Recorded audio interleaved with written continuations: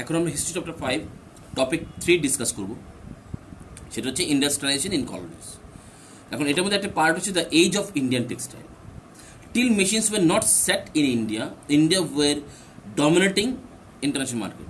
যখন ইন্ডিয়ার মধ্যে যে মেশিন স্টার্ট হয়নি বা ফ্যাক্টরি স্টার্ট হয়নি, তখন কিন্তু ইন্ডিয়ার যে প্রোডাক্ট ডমিনেট করতো ইন্টারন্যাশনাল মার্কেটে। কি product? Textile, like cotton and silk. Cotton এবং সিল্ক প্রোডাকশন হতো। Courses cotton were produced by many countries. আমরা ছোটোবেলা থাকতে পড়েছি শিপসের থেকে ডিফারেন্ট ডিফারেন্ট ফাইবার আমরা পাই, ঠিক আছে? শিপসের যেই হেয়ারগুলো আছে ওগুলো ডিফারেন্ট টাইপসের হয়, উপরেগুলো ভারী হয়, নিচেরগুলো হালকা হয়। তো courses cotton maximum countries produce করতো। বাট ফাইনাল ভ্যারাইটি বলতে শিপের যে উপরের যে হেয়ারগুলো আছে ওরা নিচে ছোট ছোট ছোট ছোট খুব হালকা এবং সফট কি থাকে, লোম থাকে, মিনস হেয়ার থাকে, ওগুলো দিয়ে ফাইনাল ভ্যারাইটি অফ কটন তৈরি হয়। তো ফাইনাল ভ্যারাইটি অফ কটন কারা তৈরি করতো? ইন্ডিয়া তৈরি করতো। Export trade, Indian merchants and bankers war involve. এবং এই এক্সপোর্ট ট্রেডে মানে ইন্ডিয়ার থেকে জিনিসপত্র বাইরে পাঠানোর জন্য এই ট্রেডিংয়ে, এই এক্সপোর্ট ট্রেডিংয়ে কারা ইনভলভ থাকতো? সেটা হচ্ছে ইন্ডিয়ান মার্চেন্টস এবং ব্যাংকার্সরা ইনভলভ থাকতো। এবং বাই 1750 কিন্তু এই যে এই নেটওয়ার্কটা ব্রেক হয়ে গেল। মিনস ইন্ডিয়ানসরা যে এক্সপোর্ট করতো, বাইরে প্রোডাকশন করতো, এবং ইন্ডিয়ান মার্চেন্ট এবং ব্যাংকার্স ওটাতে ফিনান্সিয়ালি ইনভলভ ছিল, তারা সেটা কী হলো, ওটা ব্রেকডাউন হয়ে গেল। কবে? বাই 1750। ওয়াই? কারণ কি European companies naturally gain power. European কোম্পানিজগুলো কি আস্তে আস্তে পাওয়ার গেইন করছিল। কি করে? Take variety of concession from local court. তারা লোকাল কোর্ট থেকে কনসেশন নিচ্ছিল, মানে যেখানে তারা কাজ করছিল ওখানে যে কোর্ট আছে, কোর্টেতে বিভিন্ন ধরনের ট্যাক্সেশনের রেহায়াত, মিনস ট্যাক্সেশনে যাতে কমই হয় ওই জিনিসটা তারা নিয়েছিল।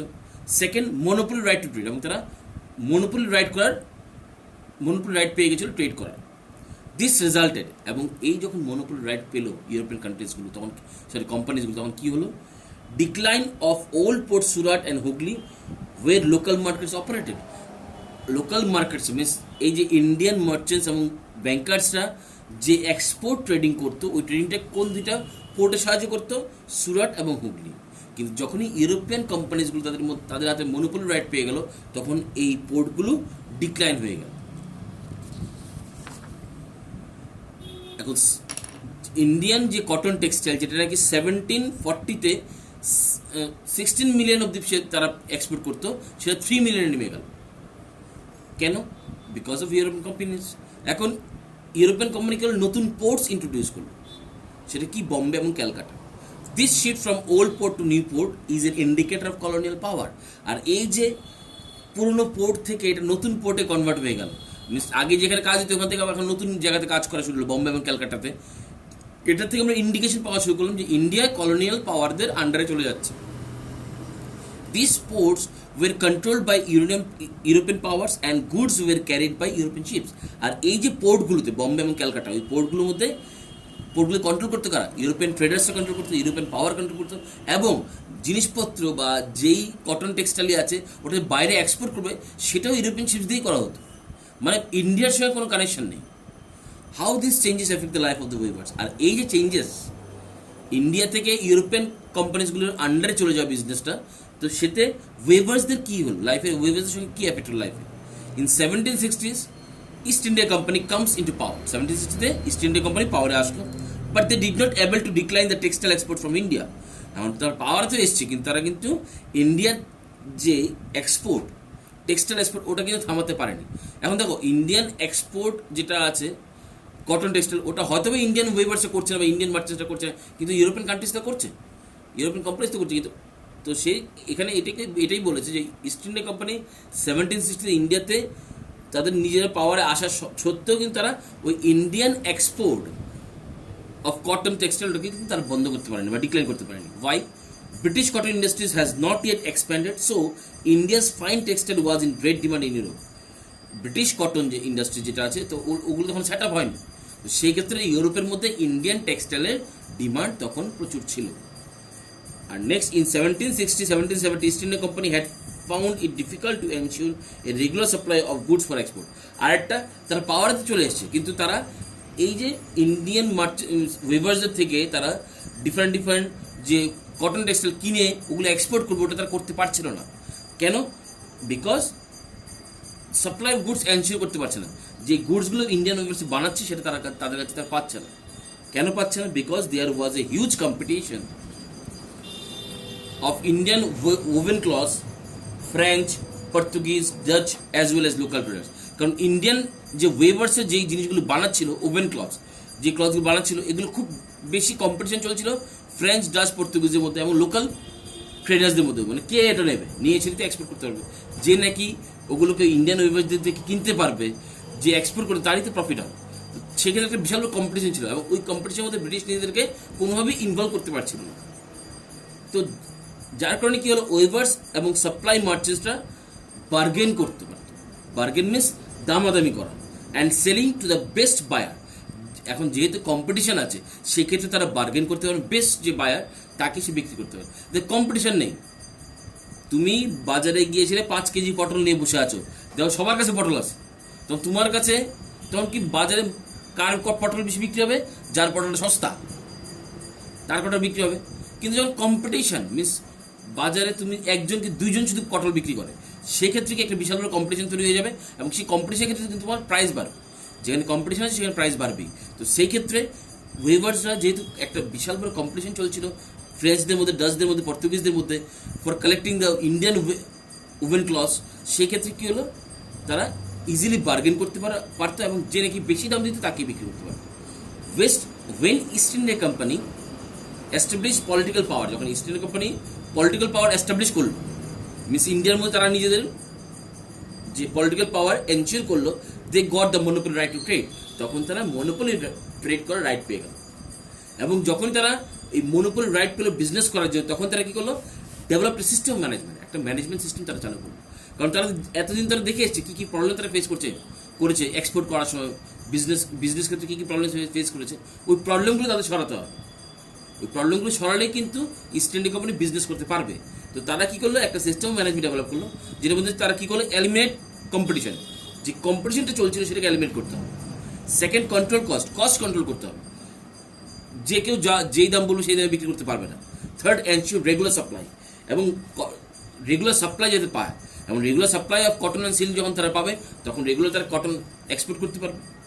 দে do all this step by step, এবং এই যে ডিসিশনগুলো এগুলো একদিন রাতারাতি হয়নি, তারা এগুলো স্টেপ বাই স্টেপ করেছে। ফার্স্ট, নাম্বার 1 কী করেছে, eliminate existing traders and brokers. প্রথম তার কী হচ্ছে, এক্সিস্টিং যে ট্রেডার্স আছে, ব্রোকার্স আছে, ওদেরকে সরিয়ে দিয়েছে। যে আগে যারা ট্রেডিং করতো তাদেরকে হাঁটিয়ে দিয়েছে, এবং যে ব্রোকার্সরা মানে ওয়েভার্স এবং যে এক্সপোর্টার তাদের মাঝখানে কিন্তু ব্রোকার থাকতো, দালাল, তাদেরকে সরিয়ে দিয়েছে। Establish direct control over the ওয়েভার্সদের সঙ্গে একটা ডাইরেক্ট কন্ট্রোল, মানে ওয়েভার থেকে মাল কিনবো বাইরে পাঠাবো, এরকম একটা তারা চেইন তৈরি করেছে। আর সঙ্গে অ্যাপয়েন্টেড পেইড সার্ভেন্ট অ্যাপয়েন্ট করেছে, যেটা হচ্ছে নাম হচ্ছে গোমস্থা। ঠিক আছে, তারা কারা থাকতো, তারা ছিল এক্স অফিসিয়াল পার্সনস, যেটা ব্রিটেনের means east India company x official person যারা থাকতো, ইংল্যান্ডে আছে, তাদেরকে নিয়ে আসা হতো এবং তাদেরকে এই দায়িত্ব দেওয়া হতো। তারা হচ্ছে গোমস্থা। তাদের কাজ কি ছিল, তাদের কাজ সুপারভিশন অফ ওয়েভার্সদের সুপারভাইজ করা। সেকেন্ড, কালেক্ট সাপ্লাই কালেক্ট করা। থার্ড হচ্ছে examine the quality of the cloth, এবং ক্লথের যে কোয়ালিটি সেটা এক্সামিন করা। Number 2, prevented weavers dealing with the other buyers. আরেকটা কাজ করেছে, সেটা হচ্ছে ওয়েভার্সদেরকে অন্যান্য বায়ার্সদের সঙ্গে ডিল করতে থেকে আটকানো হয়েছে, তাহলে ডিল করতে না পারে। এখন কী করে, এটা তারা জবরদস্তি আটকাতে পারবে না। হ্যাঁ, তারা একটা পলিসি চালু করলো, থ্রোথ সিস্টেম অ্যাডভান্স, তার অ্যাডভান্স দেওয়া শুরু করলো। অ্যাডভান্স মিনস একটা দেখবে ফার্মার্স বলো, যে কোনো এগ্রিকালচার বলো বা যে কোনো র মেটেরিয়ালস নিয়ে যারা কাজ করে তাদের ক্ষেত্রে একটা সমস্যা হয়, তাদের কাছে এত হিউজ অ্যামাউন্ট টাকা থাকে না। তো সেক্ষেত্রে কি, যখন র মেটেরিয়ালস কেনার সময় তাদের কাছে টাকা থাকে না, তো তারা কী করে, বিভিন্ন পার্সেন্টেজে জমিনদার থেকে, বিভিন্ন মানুষদের থেকে, খদ্দের থেকে তারা সুদ নেয়, সুদে টাকা নেয়, টাকা নিয়ে তারা র মেটেরিয়ালস কেনে, এরপর যখন প্রোডাকশন কমপ্লিট হয় ওগুলো বিক্রি করে আবার টাকাটা ফেরত দেয়। তো ইস্ট ইন্ডিয়া কোম্পানির যে অফিসিয়াল, ইস্ট ইন্ডিয়া কোম্পানি জানতো, তো সেক্ষেত্রে তারা কী করলো, তারা অ্যাডভান্স চালু করলো, give loans to purchase the raw materials for the production. ওয়েভার্সদেরকে লোন প্রোভাইড করলো র মেটেরিয়ালস কেনার জন্য, যাতে প্রোডাকশন করতে পারে। Who take loans handed the product to the gomasthas. আর যারা নাকি এই লোনগুলো নিত তারা ডাইরেক্টলি শুধু গোমস্তা থেকে বিক্রি করতে পারবে, কারণ কি লোন নিয়েছে তো তোমাকেই বিক্রি করার, কাকে বিক্রি করবো। তো এই জিনিসটা তৈরি করে ফেলেছিল। তো যার কারণে কি হলো, যে ম্যাক্সিমাম যে যারা নাকি লোন নিয়েছে তারা আর অন্য বায়ার্সদের কাছে বিক্রি করতেই পারতো না, তাদের গোমস্তাদের কাছে বিক্রি করতে হতো। As loan flooded demand for fine textile expanded, weavers eagerly took advances hoping to earn more. এখন এটা ছিল point of view East India company অফিসার্সের। এখন আসি ওয়েভার্সদের পয়েন্ট অফ ভিউ। ওয়েভার্স দেখছে যে লোন ফ্ল্যাটেড, মানে লোন পাওয়া যাচ্ছে, আবার টেক্সটাইলের ডিমান্ডও ভালো, ডিমান্ড বাড়ছে, এক্সপেন্ডেড হচ্ছে। তো সেক্ষেত্রে তারা কী করলো, আমাদের ইনকাম বাড়ানোর জন্য আমরা কী করতে হবে, মানে অ্যাডভান্স তো পাচ্ছি, তো ইনকাম বাড়ানোর কোনো একটা চিন্তা ভাবনা করতে হবে। তারা কী করলো, they lease their land and all the family including children weaving. তারা দেখলো যেহেতু ওয়েভিংয়ে বেশি পয়সা আসছে, তাহলে তাদের যে ছোটো ছোটো প্লটগুলো আছে, আগে কিন্তু পড়েছি আমরা, তো তাদের যে টাইনি প্লট ছিল ওই প্লটগুলো তারা কাজ করতো, সঙ্গে সাইড তারা এই ওয়েভিংয়ের কাজটাও করতো। তো এখন তারা ডিসাইড করলো যেহেতু ওয়েভিংয়ে পয়সা বেশি, তো তারা এই ছোটো ছোটো জমিগুলোকে লিজে দিয়ে দিল, ভাড়া দিয়ে দিল, যে তোমরা কাজ করো, যেটাই করো লিজে দিয়ে দেওয়া। এবং বাকি টোটাল ফ্যামিলি মেম্বার্সরা, ইভেন ইনক্লুডিং চিলড্রেন, তারা কী করলো, ওই ওয়েভিংয়ে যুক্ত হয়ে গেল। But soon in many villages clashes started between gomastha and weavers come up. কিন্তু এই যে ওয়েভার্সের যেটা চিন্তা করছিল, এটা টোটালি ভুল। কেন? ক্ল্যাশেস, ঝগড়া শুরু হয়ে গেল ইন্ডিয়ান ওয়েভার্স এবং গোমস্তাদের মধ্যে। এখন কেন? The new gomasthas were outsiders. কারণ কি, আগের যে মার্চেন্টসরা ছিল, যারা নাকি টাউন থেকে কান্ট্রি সাইডে এসছে, ওদেরকে অফার করেছে, অ্যাডভান্স অফার করেছে কাজ করার জন্য, ঠিক আছে, ওদের সঙ্গে একটা রিলেশন ছিল। আগেই বলেছি, এই relation was build up in between country side and town people. কিন্তু এখানে যে গোমস্তারা আছে, ওদেরকে কারা সিলেক্ট করে? ওদেরকে ব্রিটিশরা সিলেক্ট করে, যে কাউকে সিলেক্ট করে দিচ্ছে। তারা সবাই outsider, so they had no social contact, তাদের কোনো ইমোশনাল বা সোশ্যাল কন্ট্যাক্ট নেই। They use to come with sepoys and beat the weavers. তারা কী করতো, যখন সাপ্লাই করার সময় আসতো, যখন ওয়েভারদের গুড সাপ্লাই করার সময় আসতো, তারা আসতো সিপাই নিয়ে আসতো, আর যে নাকি ওই ডিলে করতো, তখন তাকে মারা হতো। Next, for weavers no space for bargaining. এখন যেহেতু ওয়েভার্সে কী করতে, অ্যাডভান্স নিচ্ছে, তো তাদের বার্গেনিং করার চান্সই ছিল না। তো তাদের যেই জিনিসটা তারা তৈরি করতো, এটা টোটাল তাদের গোমস্তাদের কাছে বিক্রি করতে হতো। আর even company price was very low, এবং কোম্পানি যে প্রাইস দিত, এই প্রাইসটা খুবই কম ছিল। In many places like Karnataka and Bengal, left and return villages other went back for agriculture. আর যার ফলে ম্যাক্সিমাম কর্ণাটক বা বেঙ্গলের মধ্যে যে ওয়েভার্স ছিল, তারা ছেড়ে ছুড়ে তারা তাদের নিজেদের গ্রামে চলে গেল, আবার সেই এগ্রিকালচার ওই লিজে দিয়েছে, লিজ ছুটিয়ে ছেড়ে আবার তারা এগ্রিকালচারে যুক্ত হয়ে গেল। এখন নেক্সট যে ইম্পর্টেন্ট, সেটা হচ্ছে Manchester comes to India. Manchester ইন্ডিয়াতে আসলো। ম্যানচেস্টার মধ্যে ব্রিটেনে একটা জায়গা, সেটা হচ্ছে ম্যানচেস্টার, যেটার মধ্যে ম্যাক্সিমাম প্রোডাকশন ওয়ার্ক হয়। তো 1772 হেনরি পাটুলো, যে একজন East India official, said that demand for Indian textile could never reduce because no other country can produce goods of the same quality. সেই হেনরি বললো কি 1772 যে ইন্ডিয়ান যে প্রোডাকশন, টেক্সটাইল প্রোডাকশন, ওটা কোনোদিনও কী হবে না, ডিক্লাইন হবে না, বা ওর ডিমান্ড কোনোদিনও কমবে না। কারণ কি, ইন্ডিয়া যে কটন টেক্সটাইল তৈরি করে, ওই এত ভালো কোয়ালিটি কটন টেক্সটাইল অন্য কেউ তৈরি করতে পারে না, অন্য কোনো কান্ট্রি তৈরি করতে পারে না। বাট বলেছে একটা কথা, কিন্তু আমরা কিন্তু সিনারিতে অন্য জিনিস দেখছি। কী জিনিস? বাট 1811, 1812 ইন্ডিয়া এক্সপোর্ট করে 33%। 1851 কী হলো, কামস ডাউন টু 33%, 3% নেমে গেল। কোথায় ছিল 33%, কোথায় 3%, যেটা কি এক্সপোর্ট করতো। Why this happen? এই যে ডিক্লাইনটা, এই ফলটা কেন হলো? Two reasons. এখন কথা হচ্ছে, যদি আমরা এক্সপোর্টের ডিক্লাইন কেন, এক্সপোর্ট যেটা আছে সেটা ডিক্লাইন কেন হলো, সেই ক্ষেত্রে আগে আমাদের ইম্পোর্টটা বুঝতে হবে। Two reason to import any goods. আমরা যদি গুডস ইম্পোর্ট করতে যাই, দুইটা রিজন থাকে। এখন এক্সপোর্ট কি? এক্সপোর্ট হচ্ছে যখন আমি আমার জিনিসপত্রগুলোকে বাইরে পাঠাবো, আর ইম্পোর্ট হচ্ছে আমি বাইরের থেকে জিনিসপত্র নিজে নিয়ে আসবো, আমার দেশে নিয়ে আসবো, দিস কল ইম্পোর্ট।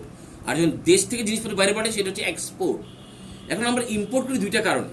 একটা হচ্ছে not available in our country, যদি জিনিসটা আমাদের কান্ট্রিতে অ্যাভেলেবল থাকে না, তখন আমরা বাইরের দেশ থেকে ওটাকে ইম্পোর্ট করি। ফর এক্সাম্পল পেট্রোল, ডিজেল, ওগুলো আমাদের দেশে নেই, তখন আমরা এগুলোকে ডিফারেন্ট ফরেন কান্ট্রিজ থেকে ওগুলোকে কী করি, ইম্পোর্ট করি। সেকেন্ড হচ্ছে চিপার ইন আদার কান্ট্রিজ। এমন একটা জিনিস যেটা আমাদের কান্ট্রি তৈরি হচ্ছে, কিন্তু অ্যাভেলেবল আছে, বাট প্রাইস ইজ হাই, এবং অন্যান্য কান্ট্রিজে খুব সস্তা। এটাতে কি হয়, যেমন কি ফর এক্সাম্পল চায়না কথাই আসবে। কারণ আমরা ইন্ডিয়ান পিপলসরা কী করি, ইন্ডিয়ান গুডসগুলোকে, যেগুলো মেড ইন ইন্ডিয়া, ওগুলো আমরা কিনি না। কেন কিনি না? Because they are in high price, but quality is good. কিন্তু চায়নার কী করে, চায়না সস্তাতে জিনিস বিক্রি করে, but they have no guarantee. আমরা ওই সস্তা মালগুলো কেনার চেষ্টা করি, তো সেই ক্ষেত্রে চায়নার থেকে অনেক জিনিস ইম্পোর্ট করা হয়। তো দুইটা কারণ, একটা হচ্ছে যদি অ্যাভেলেবল না থাকে, একটা হচ্ছে যদি অন্য কান্ট্রিতে সেম প্রোডাক্ট সস্তাতে পাওয়া যাচ্ছে সেই ক্ষেত্রে আমরা ইম্পোর্ট করি। এখন ইন্ডিয়ান কটন টেক্সটাইল ওয়াজ চিপার। এখন এই কথাটা কেন বললাম, ইংল্যান্ড এবং ইন্ডিয়ার যে কটন টেক্সটাইল সেটা সস্তা ছিল রিগার্ডিং ইংল্যান্ডে যে কটন টেক্সটাইল অনেক দাম বেশি ছিল। সো ইংল্যান্ড ইম্পোর্ট কটন, তাই ইংল্যান্ড কী করতো, কটন ইম্পোর্ট করতো, কটন ইম্পোর্ট করতো, করে সেরে তাদের কোম্পানির মধ্যে বানাতো। এখন দুই ধরনের কোম্পানি তৈরি হলো, একটা হচ্ছে ইংল্যান্ড ইন্ডাস্ট্রিজ, যেটা নাকি ইন্ডিয়া থেকে কটন কী করতো, ইম্পোর্ট করতো। তারা কি সস্তার জিনিস তৈরি করতে পারতো, কারণ কি তারা তো দামটা কম পাচ্ছে, যে কটন আছে ওটার দাম কম পাচ্ছে। আর যারা ইংল্যান্ড কটন ইউটিলাইজ করে ইংল্যান্ড ইন্ডাস্ট্রিতে কটন টেক্সটাইল করতো, তারা দামগুলো কস্টলি ছিল। তো সেক্ষেত্রে একটা ডিফারেন্স তৈরি হয়ে গেল। So England cotton industries get worried. তো ইংল্যান্ড যে কটন, মানে ইংল্যান্ড যে কান্ট্রি ইয়েগুলো কোম্পানিজগুলো যারা নাকি ইংল্যান্ড কটনগুলো ইউটিলাইজ করে কটন টেক্সটাইল তৈরি করতো, তারা ওয়ারিড, চিন্তিত হয়ে গেল। দে প্রেশারাইজ গভর্নমেন্ট, তারা গভর্নমেন্টকে প্রেশারাইজ করা শুরু করলো। What? To add import duty in Indian goods. India থেকে যেই গুডসগুলো আসে ওটার উপরে ইম্পোর্ট ডিউটি চড়াও। ইম্পোর্ট ডিউটি চড়ানো হয় তাহলে কি হবে, দাম বেড়ে যাবে। Then the price will be increase, তখন প্রাইস বেড়ে যাবে। Manchester goods can sell without any competition. তখন কি হবে, যখন দাম বেড়ে যাবে ইন্ডিয়ান গুডসে, তখন ম্যানচেস্টার খুব ইজিলি তাদের জিনিসগুলো বিক্রি করতে পারবে without any competition. At the same time, মানে একটা তো ছিল যে ইম্পোর্ট ডিউটি বাড়াও, ওদের লোভ শেষ হয়নি, ওরা আরেকটা কাজ কি করলো, অ্যাট দ্য সেম টাইম ওই সময়ই ইন্ডাস্ট্রিয়ালসটা কী করলো, পারস্যুট ইস্ট ইন্ডিয়া কোম্পানিকে রিকোয়েস্ট করলো, বললো যে to sell British manufacture in India, যে ব্রিটিশের যে ম্যানুফ্যাকচারিং গুডস ওটা ইন্ডিয়া থেকে সাপ্লাই করো।